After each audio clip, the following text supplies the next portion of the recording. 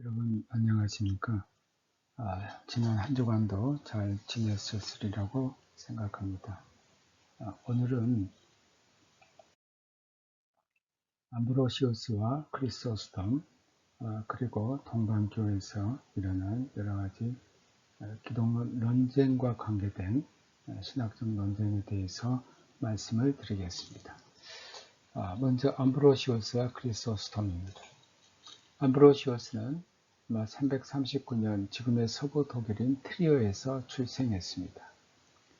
이곳에서 그의 아버지는 337년부터 340년 사이에 가을 지사부의 고위 관리로 재직했습니다. 로마에서 관리가 되기 위한 교육을 받은 암브로시우스는 그 재질과 성실성, 호감을 주는 성격 등이 인정되어 370년경 밀라노의 수도를 둔 아이밀리아 리구리아 속주의 총독이 되었습니다. 아리우스파 감독인 아욱센티우스가 374년 사망하자 밀라노 교구가 비게 됩니다. 그의 후계자의 신학적 성격을 둘러싼 아리우스파와 또 니케아파 사이의 치열한 논쟁 와중에 군중 속에서 암브로시우스를 감독으로 라는 외침 때문에 암브로시우스는 감독으로 선출이 됩니다. 당시에는 세례 예비자에 지나지 않았기 때문에 먼저 세례를 받은 다음 즉시 주교로 임명받았습니다. 그는 재산을 포기하고 고행자의 규율에 따라 생활하고 과거의 개인 교수 심플리키아누스와 함께 신학 공부를 시작했습니다. 암브로시우스는 로마 제국을 아리우스주의, 이교 유대교에 맞서 정통 기독교에 결합시키려는 확고한 목표가 있었습니다. 382년 그라티아누스가 로마 올로온에 있던 승리의 여신의 제단, 여신상은 지혜가 됐는데 이것을 제거한 것은 분명히 암브로시우스의 영향 때문입니다. 그라티우스가 죽자 이교도 언론 위원들이 신마쿠스의 주동으로 발렌티니아누스 2세에게 제단의 복원을 간청했다가 거절당한 것도 사실 강력했던 암브로시우스의 영향력 때문입니다. 발렌티니아누스의 어머니 유스티나가 황제의 고투족 군인들이 쓰도록 이들은 사실 아리우스주의자들이었는데 밀라노의 교회당을 확보하려고 했을 때 그 시도를 뿌리친 이도 암브로시우스였습니다. 테오도시우스 1세가 381년 이후 이교 예배를 금지하도록 공포하면서 내린 칙령들에 담겨 있던 것은 암브로시우스의 견해입니다. 만일 암브로시우스가 로마 제국과 서방 기독교 교회를 밀접히 연결시킨 장본인이라면 그 관계의 동등성이 아닌 협력이라는 성격을 부여한 장본인도 바로 암브로시우스였습니다. 암브로시우스의 견해에 따르면 황제는 교회의 후원자이자 충실한 자녀이되 교회에 군림하는 군주는 절대로 아니었습니다. 그는 교회 내부 문제들, 가르침과 규율의 관계에서는 황제의 간섭을 달가워하지 않았습니다. 그래서 그는 황제는 교회 안에 있으며 교회 위에 있지 않다라고 했습니다.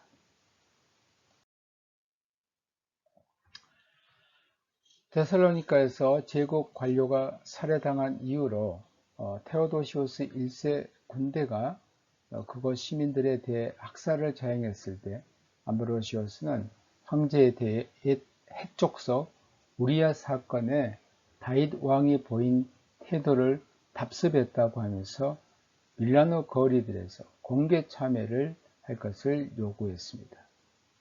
이처럼 교회와 국가는 분리된 영역의 권위를 지닌 분리된 권세들이라고 암브로시우스는 주장했습니다. 이러한 그 암브로시우스에 대해서 로마의 황제는 로마에서 주교다운 주교는 누구인가? 바로 암브로시우스다라고 암브로시우스에 대한 존경을 표했습니다. 암브로시우스는 행정가만이 아니라 그리스 사상과 관용어들을 라틴 기독교 사상에 도입했다는 점에서 독창적인 사상으로도 중요한 신학자입니다. 그는 자신의 설교와 저서 수준을 뛰어넘는 그리스의 철학, 신학, 해석학 저서를 부끄러워하지 않고 인용을 했습니다. 히포의 어거스틴을 매료시키고 자신의 유체한 신앙을 제고하게 만든 것은 암브로시우스의 웅변뿐만 아니라 지적인 면도 갖춘 그의 설교였습니다. 암브로시우스의 가장 위대한 저서는 윤리학 논문인 사역자들의 의무들에 관하여로서 이 책에서 그는 키케로의 저서를 본따 새로운 기독교 금욕주의 정신을 역설했습니다. 다음은 크리소스톰입니다. 크리소스톰의 원래 이름은 존이었으나 요한이었으나 그의 사후에 황금의 입을 가진 사람이라는 의미를 지닌 크리소스톰으로 불려졌습니다. 그는 부유한 귀족 가문에서 345년에서 347년 사이 안디옥에서 출생했습니다. 크리소스톰은 어려서부터 학문과 언변에 뛰어났습니다.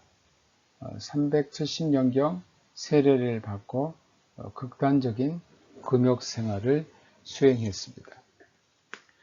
그는 후기 안디옥 학파의 지도자인 타르수스의 디오도루스 밑에서 신학을 공부했습니다. 그는 375년경 은자가 되었으나 중병을 얻어 안디옥에 다시 돌아올 수밖에 없습니다. 381년경 부지 안수를 받았고 386년 장로로 임명을 받은 뒤 정규 설교자로 활동하면서 명성을 얻었습니다.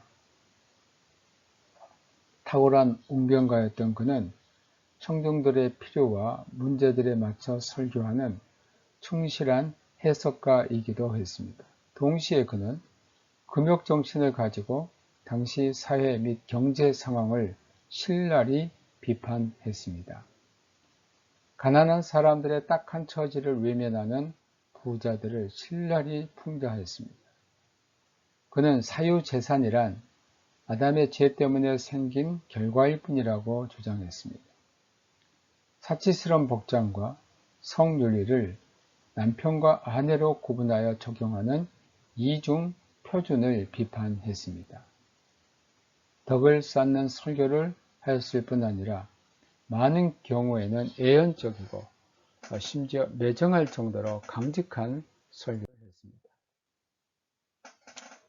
398년 콘스탄티노플의 주교가 되었지만 적들로부터 많은 공격을 받습니다. 왜 이런 공격을 받냐면 이 콘스탄티노플의 그 주교의 그 위상이 굉장히 높기 때문에 거기에 대해서 시기하는 사람들이 등장하게 됩니다. 크리소스톰 전임 주교였던 넥타리우스 시절에 느슨해진 콘스탄티노플 성직자들은 크리소스톰의 엄격한 규율 때문에 불만을 터뜨립니다. 더욱이 그 도시 바깥에서는 고위 성직자들 사이에 콘스탄티노플의 강력한 주교가 제2차 교회 회의에서 즉 381년입니다. 콘스탄티노플 공의입니다. 크리소스톰의 교구에 부여한 총대주교 권위를 내세우며 나올지 모른다는 두려움이 팽배했습니다. 381년 콘스탄티노플 공의에서 콘스탄티노플의 주교에게 총대 주교라는 그러한 위상을 부여하고, 또 그 콘스탄티노플 총대 주교는 로마의 총대 주교 다음이 되는 그런 서열을 정해 놓습니다. 여기에 대해서 알렉산드리아 총대 주교는 매우 불쾌하게 생각했습니다. 왜냐하면 콘스탄티노플은 총대 주교가 될 만한 자리가 아닌데, 총대 주교의 자리는 사도성의 전통에 입각해서 이루어져야 되는데, 사도성과는 전혀 무관한 황제가 있는 도시였기 때문에 부여된 아주 강력한 교회의 권위였는데, 여기에 대해서 알렉산드리아 총대 주교는 매우 불쾌하게 생각했고, 이러한 교회의 정치적인 문제가 알렉산드리아와 콘스탄티노플의 교회 정치적인 문제가 계속해서 발생하고, 이 교회 정치적인 문제가 결국은 신학적인 문제, 특히 이제 기독론 문제로 불이 옮겨가게 됩니다.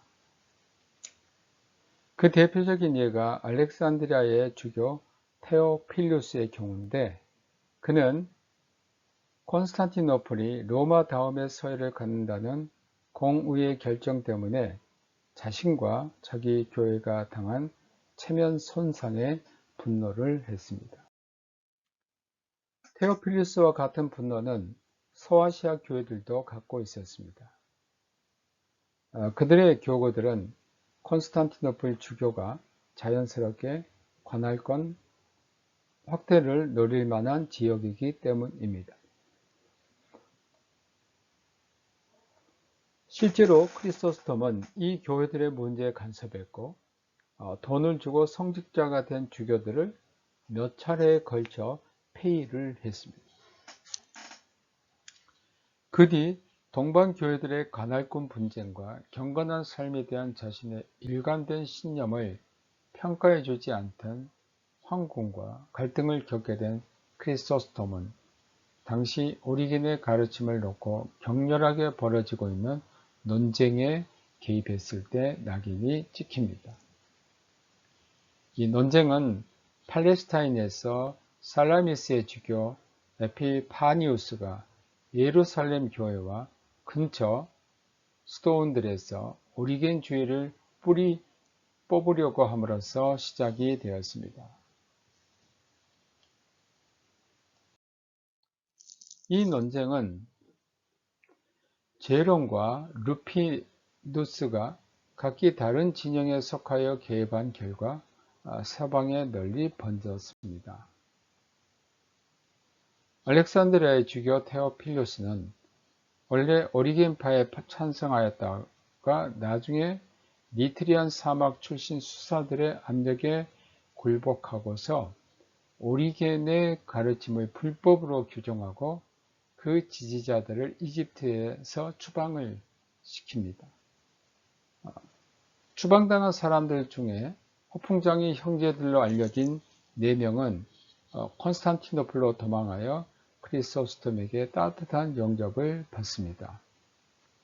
그 소식을 들은 테오필루스는 즉시 소아시아로 출발하여 콘스탄티노플 근처 황제 이영지에서 떡갈나무 공예로 알려진 교회회를 소집해서 크리소스톰을 응징했습니다. 사실상 크리소스톰의 대적들로 구성된 이 교회 회의는 그를 폐위했고, 황궁은 그가 쓸모 없었고 황후 유독시아도 자신의 탐욕과 불의를 지적한 그의 비판에 분노하고 있었기 때문에 황궁은 교회 회의의 판결을 승인해 주었습니다. 직후에 발생한 지진과 민심의 동요에 놀란 황후는 그 판결을 완화해서 크리소스톰은 곧 복권이 되었습니다. 크리소스톰이 한 번 더 황궁의 처신을 강력히 비판하면서 황후를 이세벨뿐만 아니라 심지어 헤로디아에 비교를 했습니다.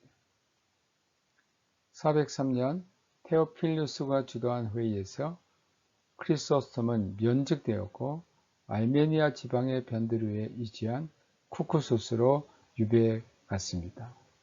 407년 피티우스로 유배지를 배정받고 가는 도중에 세상을 떠났습니다.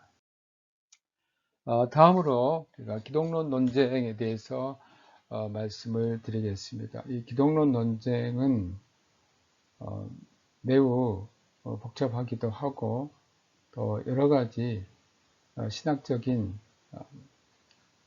논쟁으로 좀 어려운 것도 있지만 여러분이 주위에서 잘 들어주시기 바랍니다. 또 이해가 되지 않으면 강의록을 잘 보시고 또 책을 참고해서 보시기 바랍니다. 또 이해가 되지 않는 것들은 저에게 문자로 또는 메일로 보내주시면 저희가 답변해 드리겠습니다. 아리우스의 가르침과 니케아 공의에 대응해 작을 받은 삼위일체 논쟁이 계속이 됐는데 특히 이제 삼위일체 논쟁에서 중심이 된 것은 기독론 논쟁입니다. 삼위일체 논쟁의 초기에는 신적인 로고스, 성자의 지위에 대한 것이었고 또 하나님과 어떤 관계에 있는가, 또 하나님과 피조 세계에서 그가 맡은 역할에 초점이 맞춰 있었습니다. 이 논쟁은 불가피하게 그리스도의 위격, 페르소나에 관한 질문들을 일으킵니다. 이는 최초의 기독론의 원칙이 예수 그리스도가 육신이 되신, 즉 인간적인 방식으로 존재하는 또는 인성과 결합한 신적 로고스라는 신앙이었기 때문입니다. 이 원칙은 아리우스 논쟁에 참여한 어느 측에서도 문제를 삼지 않았습니다. 그럼에도 불구하고 아리우스파는 로고스의 본성 또는 지위에 대한 문제를 제기하고 로고스가 육신이 되었다는 뜻을 좀 더 명확하게 숙고할 것을 촉구했습니다. 이것은 결국 그리스도의 신성과 인성, 그리고 두 개의 본성이 관계를 맺고 있는 양태에 관한 논쟁을 낳았고, 논쟁 과정에서 알렉산드리아 학파와 안디옥 학파가 등장합니다. 이 기독론 논쟁은 처음에는 초기 아리우스주의자들이 로고스가 피조물이라는 그들의 명제를 뒷받침하기 위해 사용한 주장으로 떠올랐습니다. 그들은 복음서들에 등장하는 예수님이 배고파하고 목말라하고 울고 무지를 드러내고 고통을 당하는 하나의 사람임을 지적했습니다. 이러한 자료의 근거에서 로고스는 보통 사람이 지니는 모든 제약에 종속된 본성을 지닌다는, 즉 유한한 피조물이라는 결론을 내렸습니다.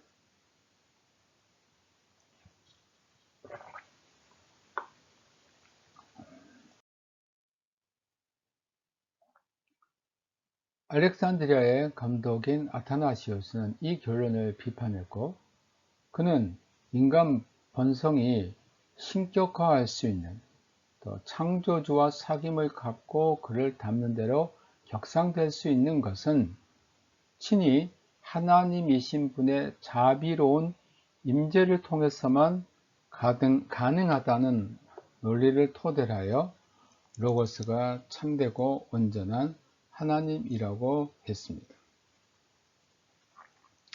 그에게는 로고스의 성육신이 참된 인간과 온전한 신의 연합이 발생한 순간이라고 했습니다. 로고스가 인간이 됐다는 것은 인간과 온전한 신의 연합이 발생한 그 순간에 로고스의 성육신이 일어났다는 겁니다. 아타나시오스는 만일 로고스가 목말라하고 고통당하는 것이 사실이라면 그것은 인간의 존재 방식을 취한 한도에서만 사실이라는 겁니다. 그 인간의 존재 방식을 취한 그 한도 내에서만 로고스도 그 인간으로서 목말라하고 고통당했다는 겁니다. 로고스가 그러한 특성을 받아들이는 것은 신성으로는 불가능하고 로고스가 가진 인성으로만 가능하다고 했습니다. 아타나시오스는 그러한 속성들의 주체는 다른 존재가 아닌 하나님의 아들이라고 확신을 했습니다. 두 번째 단계에서 양측은 하나님의 로고스가 성육신을 통해 갖게 된 이 인성을 습관적 육신이라고 언급했습니다. 아타나시오스는 그리스도 안에서 인성이 의식의 중심이었다는 점을 부인하지 않았지만 그 점에 대해서는 많은 관심을 갖지 않았습니다. 아타나시오스의 사고에 함축된 내용을 체계적인 기독론으로 발전시킨 그 시대 최초의 사상가인 시리아의 라오디게아의 주교 아폴리나리스가 등장합니다. 니케아 신앙의 강한 지지자이자 아타나시우스 친구로 가이사라의 바지를 호모 우시오스파로 끌어들인 데 크게 기여한 사람은 아폴리나리스입니다. 아폴리나리스는 당대 사람들에게 해석학의 재능, 또 금욕생활로 명성을 얻었습니다. 아타나시오스의 기독론과 마찬가지로 그의 기독론은 그리스도 안에서 하나님의 아들이 직접 임재하여 죄와 죽을 운명을 지닌 인간을 변화시키고 신처럼 되게 한다고 주장합니다. 그는 로고스가 그리스도 안에서 즉시 인성과 결합하였다는 이러한 확신에 예수 안에 참된 자, 즉 삶의 원칙 자체가 단순히 로고스 자체였다는 신앙이 수반되어야 한다고 보았습니다. 그는 하나님의 아들과 철저히 평범한 인간 존재와의 결합은 불가능한 것으로 보았습니다. 그의 주장에 의하면 이런 상황에서는 두 개의 정신, 두 개의 자, 따라서 두 명의 아들들이 있게 된다고 했습니다. 만일 그렇게 되면 그리스도의 통일성은 무너지게 되고 그가 임마누엘이라는 본질적 진리도 무너지게 될 것이라고 했습니다. 아폴리나리스는 그리스도의 통일성을 이해하고 확증하기 위한 방법은 보통 인간이 영, 혼, 몸, 데살로니가전서 5장 23절에 말씀한 것처럼 이렇게 구성되어 있는 것과 똑같이 그리스도도 동일한 구조를 갖고 있다는 겁니다. 근데 인간과 그리스도 간에는 한 가지 중요한 차이가 있다고 보았습니다. 하나님은 자신의 영, 즉 그의 지성을 지니시고 혼과 몸을 지니신 그리스도는 올바로 말하자면 하늘에서 오신 인간이라는 겁니다. 달리 표현하면 그리스도는 지상의 육체와 신성이 결합이 되어 있는 것이고 로고스는 특별한 원동력을 신성과 인성에게 부여하는 단일 유기체라는 겁니다. 그리스도는 이러한 신인 유기체로서 생명의 유일한 온천이시기 때문이라고 했습니다. 이러한 생명의 통일성은 육체적인 것과 신적인 것이 모두 그리스도의 속성임을 뜻한다라고 했다. 이 교리의 취약점은 인간의 영 또는 지성은 신적인 로고스로 대체된다고 주장하는 가운데 그리스도의 인성을 불완전한 것으로 표현한 것입니다. 결국 아폴리나리스가 주장했던 것은 인간이 영혼 육이 되는 것처럼 그리스도도 영혼 육이 되어 있는데 그리스도의 영은 인간의 영과는 달리 그게 어떤 영이냐면 하나님의 영이라는 겁니다. 그러니까 그리스도에 있는 그 인간의 영은 인간의 영이 아니고 하나님의 영이다. 그러니까 하나의 그 신이다라는 것을 주장하기 위해서 그리고 인성과 신성이 결합되는 것을 주장하기 위해서 결국은 그리스도가 갖고 있는 영은 인간의 영이 아니고 그것은 하나님의 영이다 이렇게 표현을 한 것입니다. 아폴리나리스는 이 점을 반박할 수 없었을 겁니다. 그가 성육신에 의해 성취된 본질적인 것으로 간주한 것은 육체의 생동화와 성화였기 때문입니다. 니사의 그레고리는 바실리우스의 동생이었죠. 니사의 그레고리는 아폴리나리스를 반박이라는 논문을 썼고 나치안주스의 그레고리, 바질리우스의 친구였죠. 주장하기를 육체만이 죄를 짓는 것이 아니고 혼과 정신도 죄를 지으므로 신적인 로고스는 완전한 인간 본성, 즉 혼이 딸린 몸뿐만 아니라 지성까지도 취할 필요가 있다고 했습니다.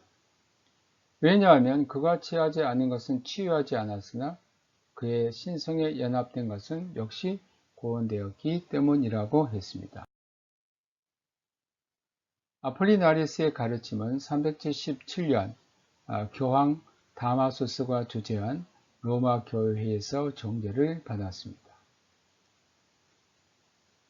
2년 후에는 멜레티우스가 주재한 안디옥 교회회의에서 이 교회회의는 하나님의 아들이 완전한 인간으로 태어났다는 로마 교회 명제에 동의해서 여기에서도 아폴리나리스는 정죄를 받았습니다. 381년 콘스탄티노플 공의회는 정죄받은 그릇된 사상의 목록에 아폴리나리스 주의를 포함시켰습니다. 이런 법령 1조에 있습니다. 안디옥 학파는 아폴리나리스와 매우 대립관계에 있었고 이 학파가 물려받은 전승의 요소들은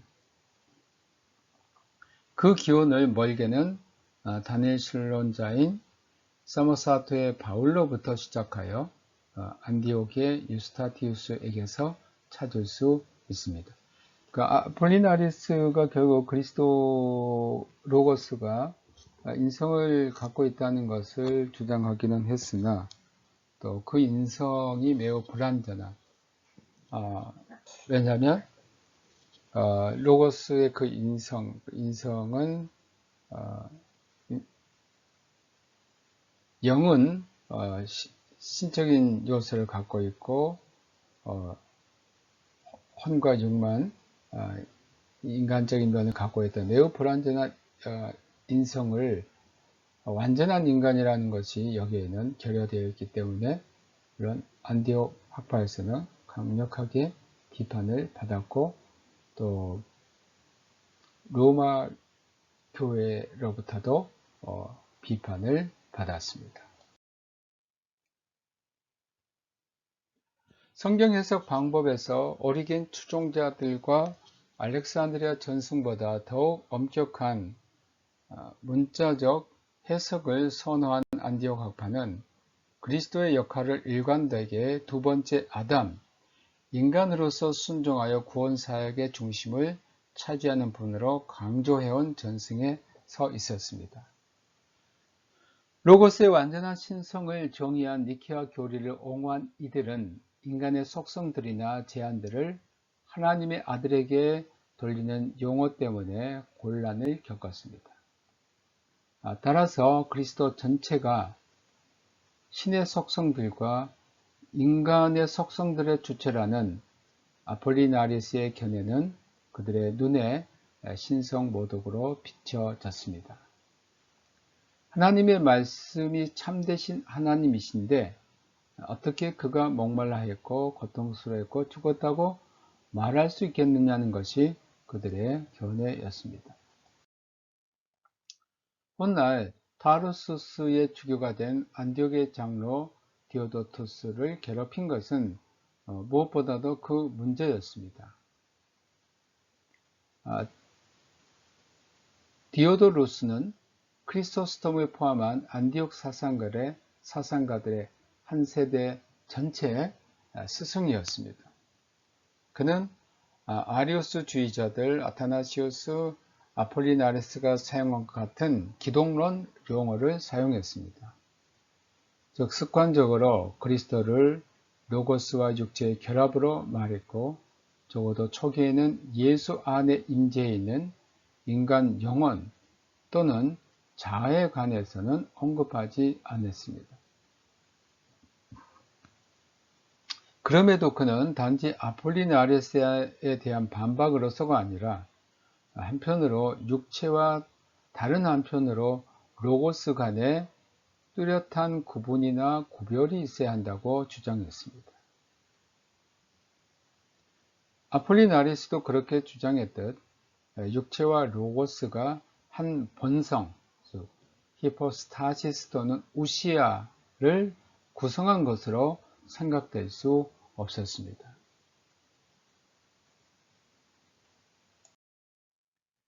디오도루스는 육체와 로고스가 단일 실체를 구성하지 않는다고 했습니다.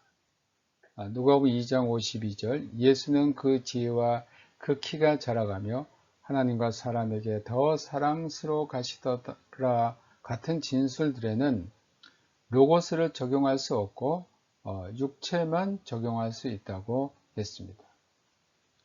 어쨌든 그리스도 안에는 긴밀히 연합되어 있으면서도 뒤섞이거나 동화되지 않는 두 개의 구별된 요인들이 있음에 틀림없다고 했습니다. 디오도루스는 주장하길 만일 그렇지 않으면 로고스는 더 이상 참된 로고스가 아니고 육체도 더 이상 참된 육체가 아닐 것이라고 했습니다. 안디옥 학파의 신학에 논리를 부여한 사람은 안디옥의 수사이자 뛰어난 해석학자로 훗날 힐리키아 몹수 에스테아의 주교가 된 디오도루스의 제자 테오도루스입니다. 제5차 세계교의에서 결국 네스토리우스주의 창시자로 정죄를 당한 그는 그리스도가 합성된 하나의 본질이라는 아폴리나리스주의를 반대했습니다. 이때 그가 내세운 견해는 그리스도 안에 신적인 로고스와 완전한 인간이라는 행위와 선포의 두 주체, 즉 두 본성과 두 히포스타시스가 있다는 것입니다. 문제는 하나님의 아들이 어떻게 인성과 연합할 수 있었는지를 납득할 만하게 설명하는 것이었습니다. 그는 이것을 설명하기 위해 내주라는 이미지를 사용했습니다. 그는 로고스는 기뻐하심 또는 은혜로서 인간이 잉태된 그 순간부터 그리고 하나님의 아들로서 지니신 지위, 정체, 이음을 인간과 함께 공유할 정도로 특별하고도 친밀한 방법으로 인간 안에 내주하셨다고 합니다. 이런 방식으로 두 본성으로 합성된 하나의 프로소폰, 즉 하나의 공적이고 기능적인 정체라는 뜻에서 하나의 위격, 퍼슨, 페르소나가 있었습니다. 테오도로스는 이러한 위격적 결합에 근거하여 그리스도의 인성이 완전하다고 주장할 수 있었을 뿐만 아니라 그의 인간적인 순종과 고통이 나머지 인류의 구속을 위해 띠고 있던 중요성을 강조할 수 있었습니다. 동시에 그는 그 교리에 근거하여 타르소스의 디오도로스를 괴롭혔던 문제를 명쾌하게 다룰 수 있었습니다. 로고스와 인성은 두 개의 본성, 주체 또는 히포스타시스이므로 전자의 특성을 후자에게 적용하는 것은 불가능하다고 했습니다. 오히려 테오도로스는 말씀들을 구분해야 한다고 주장했습니다. 즉, 성경에서 그리스도가 하신 말씀들이나 그리스도에 관한 말씀들의 경우 신성에 적합한 말씀은 로고스에게로, 또 인성에 적합한 말씀은 인간에게로 돌려야 한다고 주장했습니다. 그는 이 주장에 근거하여 동정녀 마리아를 하나님의 어머니 테오토코스라고 부르는 것이 적합한지에 관해 의문을 제기했습니다. 이 호칭은 적어도 4세기 초반 이래 동방교회에서 널리 사용했습니다. 그러니까 테오도로스는 말씀이 구분이 되는 겁니다. 인성에 적합한 말씀은 인간에게, 신성에 적합한 말씀은 로고스에게. 그런데 이제 문제가 되는 것은 예수님이 인간적으로 인간의 몸에서 태어나셨다는 거예요. 그러면 이것은 인성에 적합한 것인지 신성에 적합한 것인지 한번 따져볼 때 동방교회에서 일반적으로 마리아를 하나님의 어머니라고 하는데 과연 마리아를 하나님의 어머니라고 할 수 있는지 여기에 대해서 문제를 제기한 겁니다.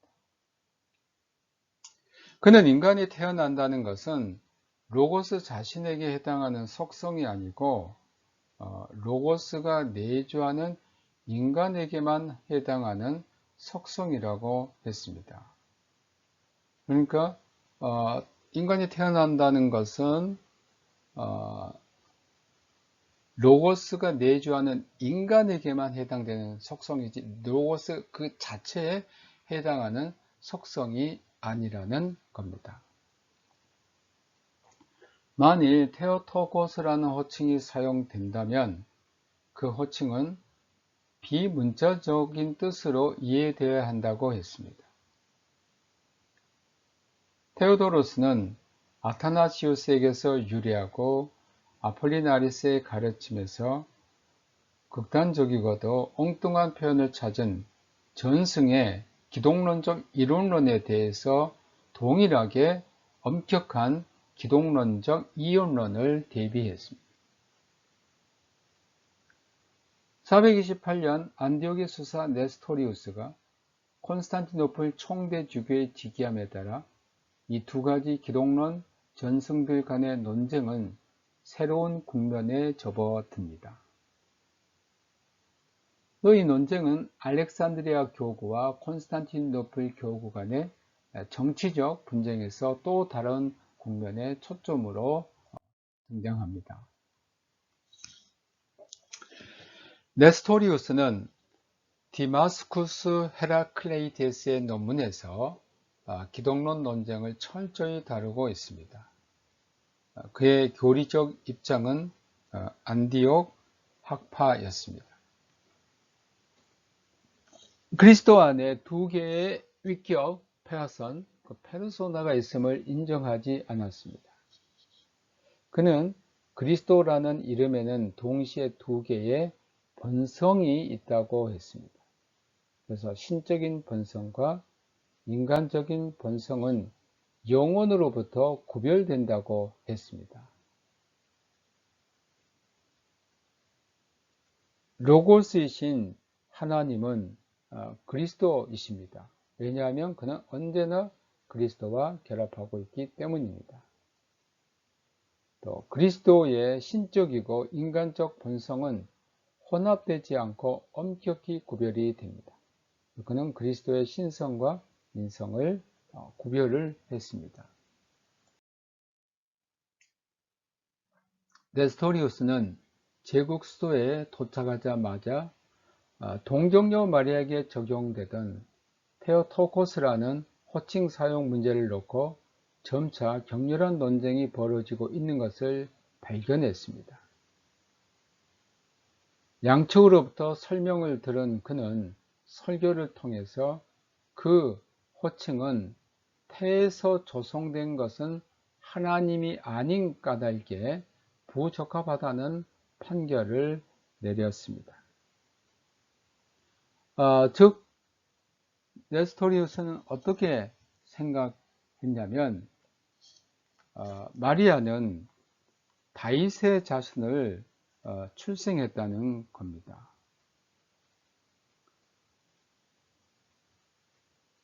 그 안에서 로고스가 그리고 머물러 있었다고 했습니다. 그는 그리스도 안에 있는 신적인 요소가 그의 인간적 본성 가운데서는 발견될 수 없고 그리스도에게서 신적인 요소가 나타났던 것은 오로지 로고스가 자신을 다윗의 자손과 연합시켰기 때문이라고 했습니다.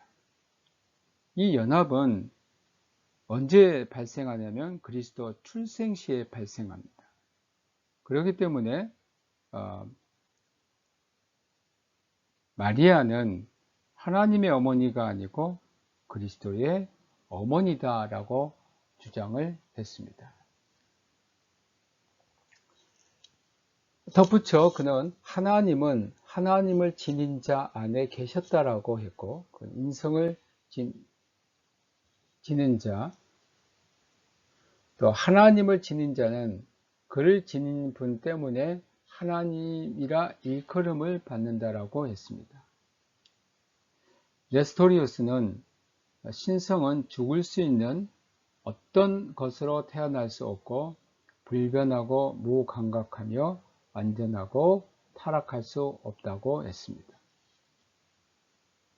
예수의 인성이 마리아에게서 탄생한 반면 신성은 태어나지 않는다라고 했습니다. 왜냐하면 인간적인 것과 신적인 것을 구분할 때 예수님은 마리아에게서 태어난 것이지 신성이 태어난 것이라고 할 수 없는 겁니다. 그래서 네스토리우스는 크리스토커스, 그리스도의 어머니라는 용어를 선호했습니다. 이런 견해는 인성에 관한 언급이 궁극적으로 하나님의 아들을 주어로 삼을 정도로 로고스와 그의 인성이 참으로 하나라고 주장한 사람들을 크게 자극했습니다. 이건 특히 이제 알렉산드리아 신학자들은 네스토리우스가 말하는 것이 정말 마음에 들지 않았어요. 왜냐하면 알렉산드리아 학파는 만일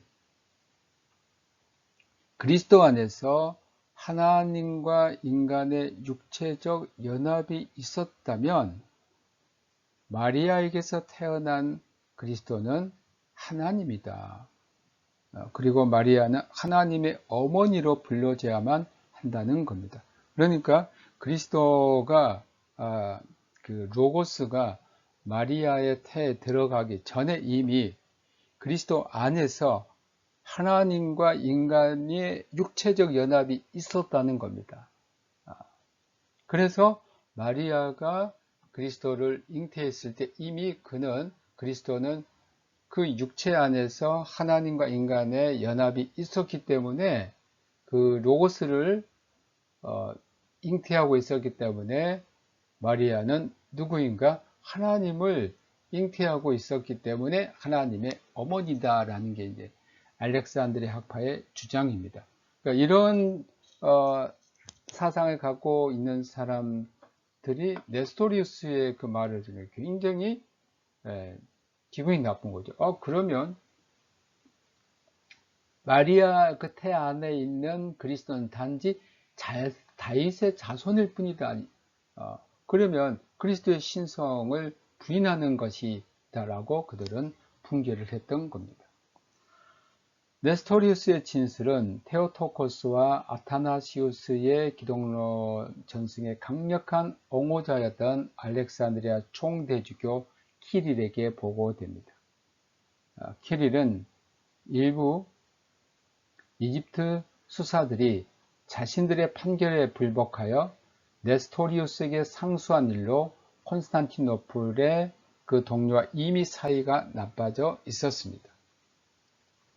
그러나 그는 숙고 끝에 이 교리 문제를 놓고 네스토리우스와 투쟁을 벌여야겠다고 결심했습니다. 이 문제는 기독교 신앙의 핵심 문제에 관한 것이었고 동시에 콘스탄티노플 교구의 권위에 치명적인 공격을 가할 입지를 제공해 주었기 때문입니다. 크리소스톰을 유배시킨 테오필루스의 조카 키릴은 412년 삼촌의 뒤를 이어 알렉산드리아 주교가 됩니다.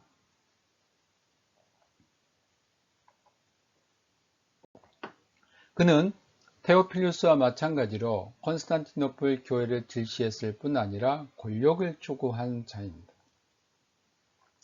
키릴은 예리한 신학 지성을 지녔고 알렉산드리아 기독론 전승으로 대표되던 신앙 이념에 투철했습니다.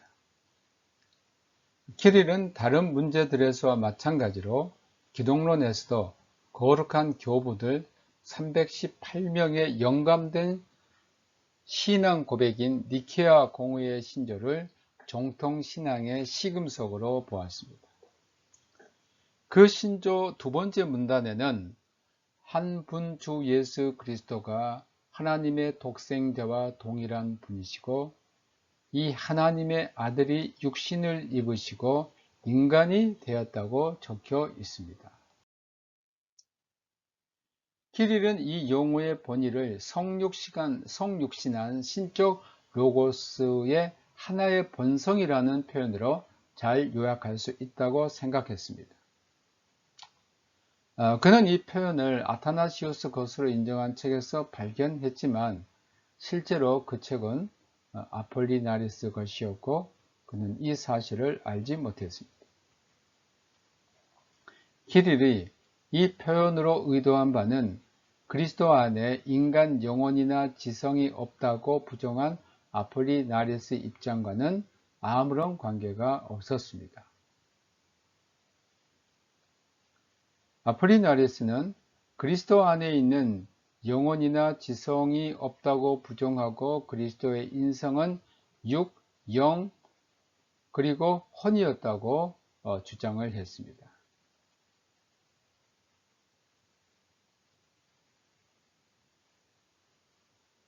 그는 로고스의 한 본성이 육신이 되었다고 했습니다.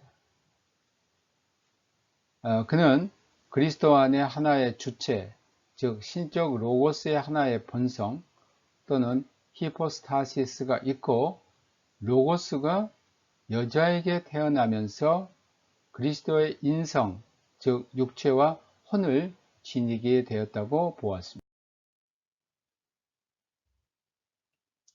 키릴은 성육신한 신적 로고스의 하나의 본성이란 그리스도 안에 하나의 주체, 곧 신적 로고스의 하나의 본성 또는 히포스타시스가 있다는 것과 그리스도의 인성, 곧 육체와 혼이 로고스가 여자에게서 태어나면서 지니게 된 존재 양태라는 것입니다.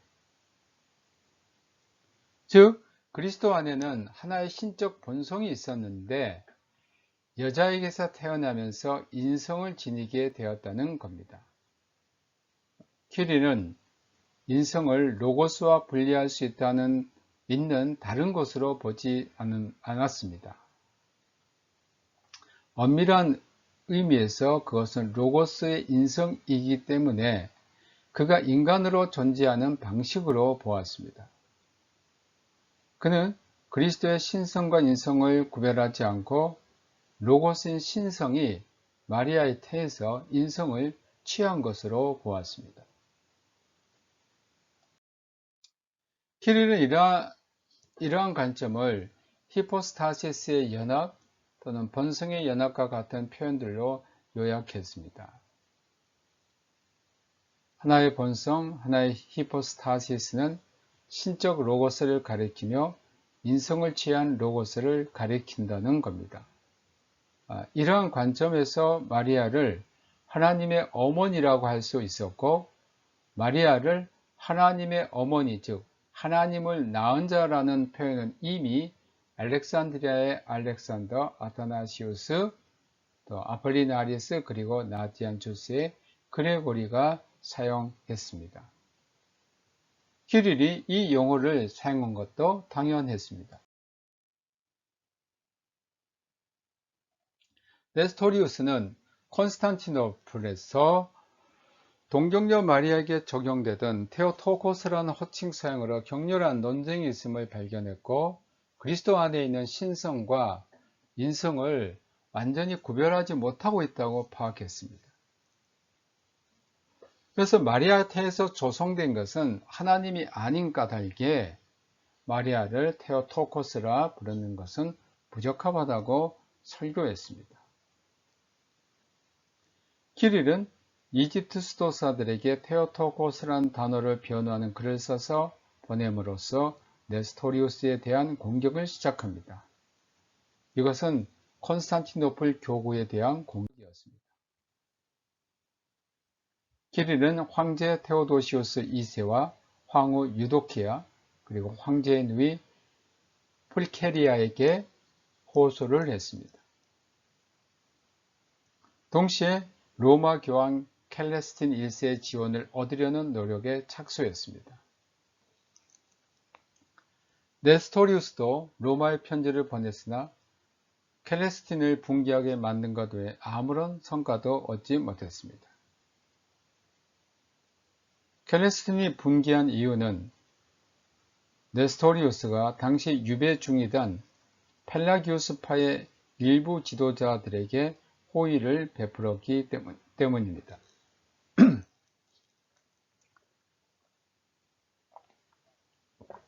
동방의 황제 테오도시우스 2세와 서방의 황제 발렌티니안 3세는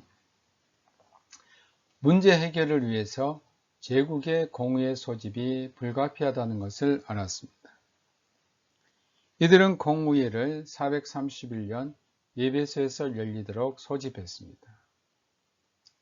키릴과 그의 동료들이 일찍이 그곳에 도착했고 네스토리우스도 그리했습니다. 그러나 네스토리우스 지지자들은 공의회 계율에 맞춰 도착하지 못했습니다. 키릴과 에베소의 주교인 멤논은 네스토리우스 지지자들이 도착하지 않았음에도 공의회 개회를 선언했습니다. 공의회는 단 하루의 회기에 네스토리우스를 정죄하고 폐회했습니다. 며칠 뒤 안디옥의 요한과 네스토리우스의 지지자들이 도착을 했습니다. 이들은 회의를 열어 키릴과 멤논을 정죄했습니다. 마지막으로 교황 켈레스틴의 사절들이 도착했고, 이들은 교황으로부터 훈령에 따라 키릴의 회의에 합류했습니다. 그 회의는 페이자 목록에 안디옥의 요한을 포함시키고 펠라기우스를 정죄했습니다. 상황이 이렇게 혼란스럽게 되자 황제 테오도시우스는 잠시 갈피를 잡지 못했습니다. 양측 대표들을 억류함으로써 절충을 얻어내려 하였으나 자신도 키릴 쪽으로 기울어 있었습니다. 결국 키릴과 멤논에게는 복직을 허락하고 네스토리우스는 폐위되어 수도원에 유배가 되었습니다. 그러나 알렉산드리아 교구와 안디옥 교구 간의 교제를 회복하는 것이 여전히 필요했습니다. 황제의 압력이 없지 않는 가운데 타협이 이루어지고 동방인들은 네스토리우스에 대한 정죄와 폐위에 대해 뚜렷한 동의를 표했고 키릴은 신앙 진술 타협안에 동의의 뜻을 표했습니다. 이 타협안은 안디옥의 대표적 신학자 키루스의 테오도레트가 작성한 것 같습니다. 칼케돈 신조는 450 다음에 분리된 동방교회입니다. 칼케돈 신조는 451년부터 로마 제국의 공식적인 표준이 됩니다. 로마와 서방교회는 이 신조를 정통으로 받아들입니다. 그러나 동방교회의 상황은 크게 달랐습니다. 네스토리우스파가 에데스와 페르시아 제국에서 형성되기 시작했습니다. 그러니까 네스토리우스는 이집트로 유배를 당했지만 네스토리우스의 강력한 지지자들은 제국에서 이제 어디로 가냐면 페르시아 제국으로 피신을 하고 또 에데사에서 그들의 신학적인 입장을 고수하면서 또 선교 활동을 합니다. 또 알렉산드리아 키릴의 가르침을 지지하는 보수적인 그리스도인들은 그리스도를 두 본성을 가지신 한 주체 혹은 위격이라고 가르치는 교리를 거의 이해할 수 없었습니다. 이건 이제 칼케돈 신조에서 주장한 그리스도는 두 본성, 그러나 하나 성부, 성자, 성령이라는 삼위 가운데 한 위를 가지셨지만 또 부본성을 가지신 이러한 교리를 키릴의 지지자들은 이해할 수 없었습니다. 그들은 그리스도를 두 본성으로부터 나온 한 위격이라 선언한 재결합 신조의 표현을 용납할 수 있었으나 레오 1세의 기독론은 네스토리우스주의와 다를 바 없다고 생각을 했습니다. 그들에게 두 본성이라는 말은 두 주체, 두 실제, 두 아들을 말하는 것처럼 보였고 따라서 그리스도 안에서 하나님의 로고스가 인간 본성의 연합을 부인하는 것으로 여겼습니다.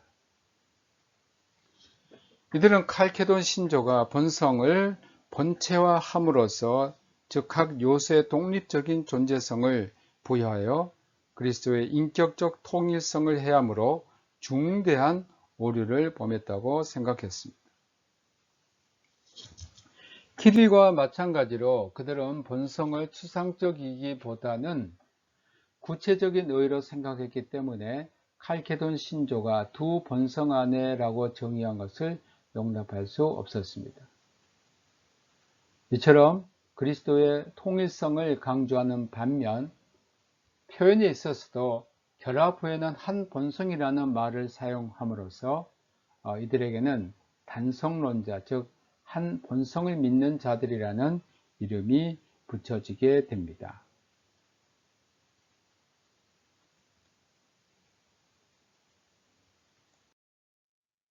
지도적인 단성론자 가운데 하나인 안디옥의 세베루스는 저서 진리를 사랑하는 자에서 그리스도의 참된 인성과 신성을 강하게 주장한 반면 이 두 본성은 하나의 단일한 본질로 합체되었다고 주장을 했습니다. 두 본성은 하나님의 아들이나 말씀의 인격 안에서 연합했기 때문이라는 겁니다.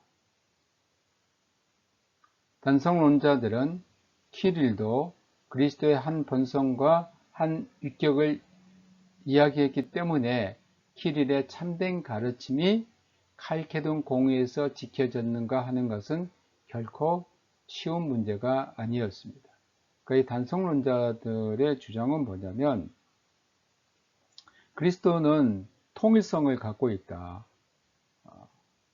그래서 결국 그 그리스도의 인성과 신성이 결국 결합해 가지고 한 본성이 되었다.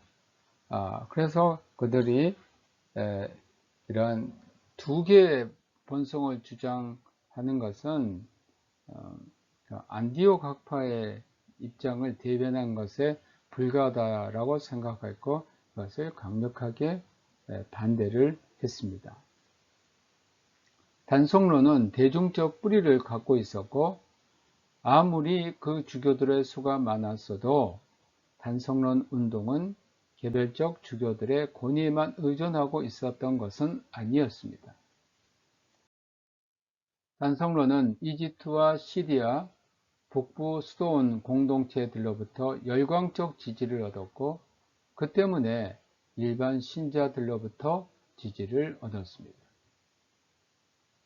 그러니까 결국 칼케돈 신조를 통해서 동방과 서방의 교회가 하나의 그 삼위일체론, 특히 기독론 논쟁에서 합의를 했지만 오히려 동방에서는 이 칼케돈 신조가 신조로 채택함으로써 분열이 되는 이 칼케돈 신조가 갖고 있는 이러한 안디옥 학파의 그러한 결정과 다름없다는 서방의 기독론을 그대로 우리에게 요구한다는 그러한 반발로 결국은 동방의 교회 내에서는 분열이 일어나게 됩니다.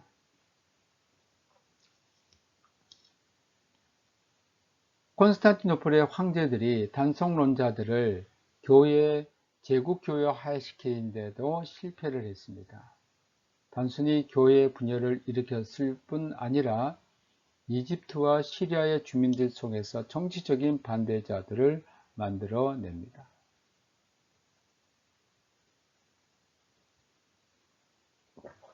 동로마 제국의 바실리쿠스 황제는 단성론자 편을 든 황제로 디모데를 알렉산드리아 총대주교로 임명하고 헤람 서신을 통해서 레오의 공안, 또 칼케돈 공의의 결정들을 정죄합니다. 그러나 콘스탄티노플 총대주교인 아카키우스는 그 회칙에 동의하지 않았습니다. 그는 그 회칙이 알렉산드리아의 주장을 옹호하고 자신의 교구에 위협이 된다는 사실을 알았습니다. 기각과 긴 바실리쿠스는 황제 자리를 포기했고 476년에 제노가 다시 황제로 복귀했습니다. 총대주교 아카키우스의 공고를 받아들인 제노는 종교적 타협과 화해 과정을 추진하기로 결심을 했습니다.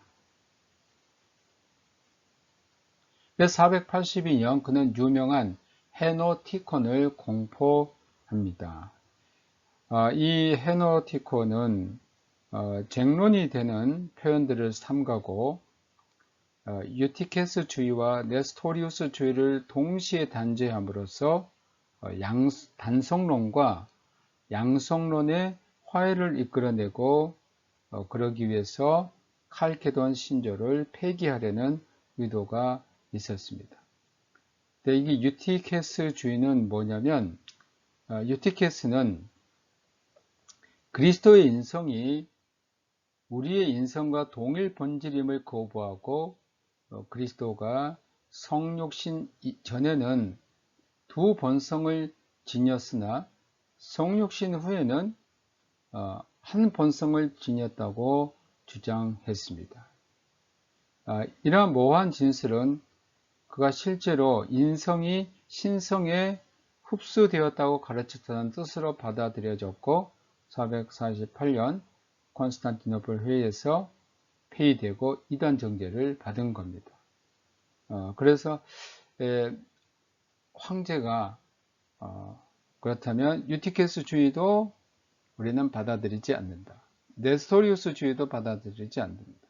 그래서 단성론과 단성론은 사실은 이제 어떤 거냐면 유티케스주의의 어떤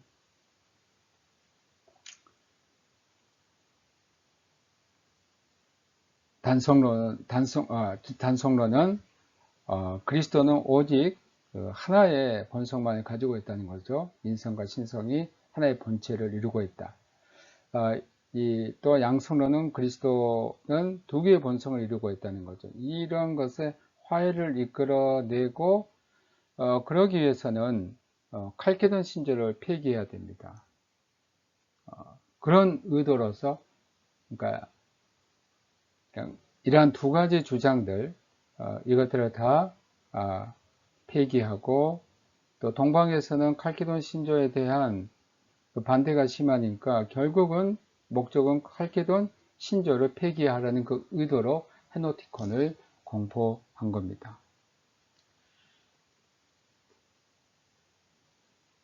알렉산드리아 키릴의 추종자들에게 인기가 있었던 그리고 콘스탄티노플 공회와 에베소 공회에서 거듭되었던 니케아 신조가 신앙에 대하여 충분한 정의를 제공했다는 입장을 취했습니다.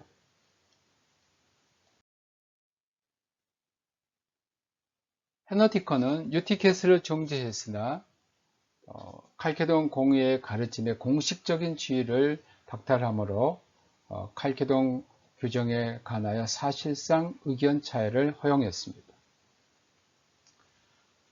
제노는 키릴의 기독론을 정통으로 삼았으나 레오의 공안에 나타난 두 본성 교리나 칼케돈 공회 규정들이 그것과 일치하는가 여부에 대한 의문을 남겨두었습니다.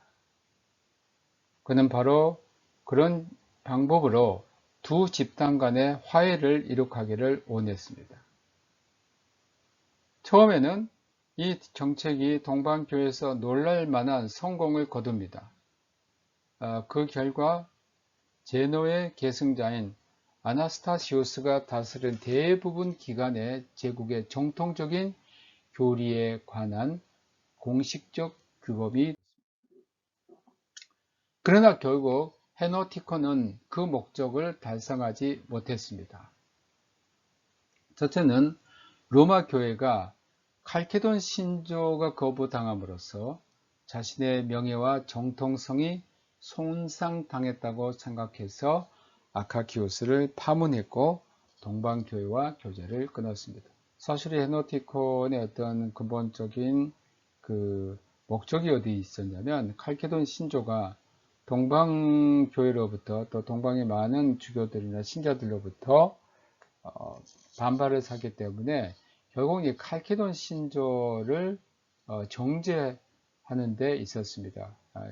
칼케돈 신조를 정죄한다는 것은 결국 교황 레오의 그러한 신학 그리고 그 후에 결의된 칼케돈 공의의 결의를 무시한 것이기 때문에 로마 교회가 좋아할 리가 없었습니다. 그래서 로마 교회가 동방교회와 교제를 끊고 또 콘스탄티노플의 총대적 아카키우스를 파문합니다. 이 아카키우스 분열은 519년까지 계속됐습니다. 그 해에 황제 유스티누스는 칼케돈의 신앙 규정의 권위를 다시 회복시켜 주었습니다. 5세기가 끝날 무렵부터 6세기 첫 10년간은 동로마에서 신학 사상이 아주 풍성하게 발전되었습니다. 성 바울의 제자이며 동시대 인물이라고 주장되었던 디오니시우스 아레오바고라는 거짓 이름으로 저술을 한 익명의 작가들도 이 시기에 나왔습니다. 아테네 플라톤 아카데미의 이교도 지도자였던 프로클루스와 같은 후기의 학문적 신플라톤주의 작가들에게서 강한 영향을 받은 이 가짜 디오니우스 문서가 나옵니다. 또 천상의 질서에 관하여 교회 질서에 관하여 하나님의 이름에 관하여 신비주의 신학과 같은 영향력 있는 논문들을 통하여 동방교회 소위 부정신학 혹은 아포파시스적 신학의 전통을 크게 강화했습니다. 그는 후대 라틴 번역자들을 통해서 서방교회에서도 친숙하게 알려지게 되었는데 신플라톤주의의 형이상학으로만이 아니라 부정신학에 수반된 신비주의적 양식으로도 잘 알려져 있습니다. 이 시대의 기록론 연종에서 더 중요한 사람은 수도사이자 장로였던 세베루스입니다. 일부 학자들은 세베루스가 가짜 디오니시우스의 작품을 조술한 사람으로 보기도 하지만 그렇게 볼 근거는 별로 없습니다. 카파도키아 교부들과 키릴의 저작에 통달하고 있었던 세베루스는 학식과 통찰력을 갖춘 신학적 지도력을 발휘하여 단성론자들을 이끌었습니다. 비록 그는 유티케스와 아폴리나리스의 견해를 전적으로 배격했지만 그럼에도 칼케돈 공의회가 두 본성 교리를 가르쳤을 뿐만 아니라 키루스의 테오도레투스와 에데사의 이바스와 같은 악명 높은 안디옥파 교사들의 가르침을 회복시켰던 네스토리우스적 공의회라고 비판을 했습니다. 그러니까 결국 칼케돈 공의회의 어떤 그 성격이 뭐냐, 결국 네스토리우스의 신학을 대변한 것이다라고 이제 비판을 한 겁니다. 한 본성 교리를 주의 깊게 옹호하면서 세베루스는 열렬한 시리아 교사이며 신학자이며 선동가였던 마부그의 주교 필로크세누스와 협력을 했습니다. 이런 지도력에 힘입어 단성론자들은 5세기 마지막 10년 동안 다시 한번 동로마 제국에 거의 휩쓸었습니다. 508년 이후 콘스탄티노플에 살았던 세베루스는 황제 아나스타시오스의 주목을 끌었고 사실상 황제의 교회 문제 자문역이 되었습니다. 마침내 세베루스는 필로크세누스 황제로 하여금 칼케돈 공의의 부정과 레오의 공안을 명백하게 정죄하는 정책을 베풀게 하는데 성공을 합니다. 안디옥에서는 칼케돈 신조를 지지하였던 총대 주교가 쫓겨나고 세베루스가 그 자리에 취임하였고 콘스탄티노플 총대 주교 마케도니우스는 유배를 당합니다. 그러나 그 성공은 오래가지 못했습니다. 헤노티콘으로 합법화되었다가 아나스타시우스의 새 정책으로 입장이 뒤집어진 칼케돈 지지자들은 팔레스타인과 소아시아와 유럽의 석주들에서 강력한 지지자들을 가지고 있었습니다. 그들은 황제의 새 정책을 거스려 로마에 호소하는 것도 주저하지 않았습니다. 여기까지 우리가 분리된 그 동방교회의 상황을 공부하고 여러분 다음 시간까지 건강하게 잘 지내시기를 바랍니다. 그리고 과제가 있었는데 여러분들이 강의 계획서에서 잘 보지 못하신 분들이 계신 것 같은데 제가 이 클래스의 그 과제에 대해서 공지를 하였으니 여러분들이 잘 읽어보시고 과제를 제출해 주시기를 바랍니다. 여러분 수고 많으셨습니다. 안녕히 계십시오.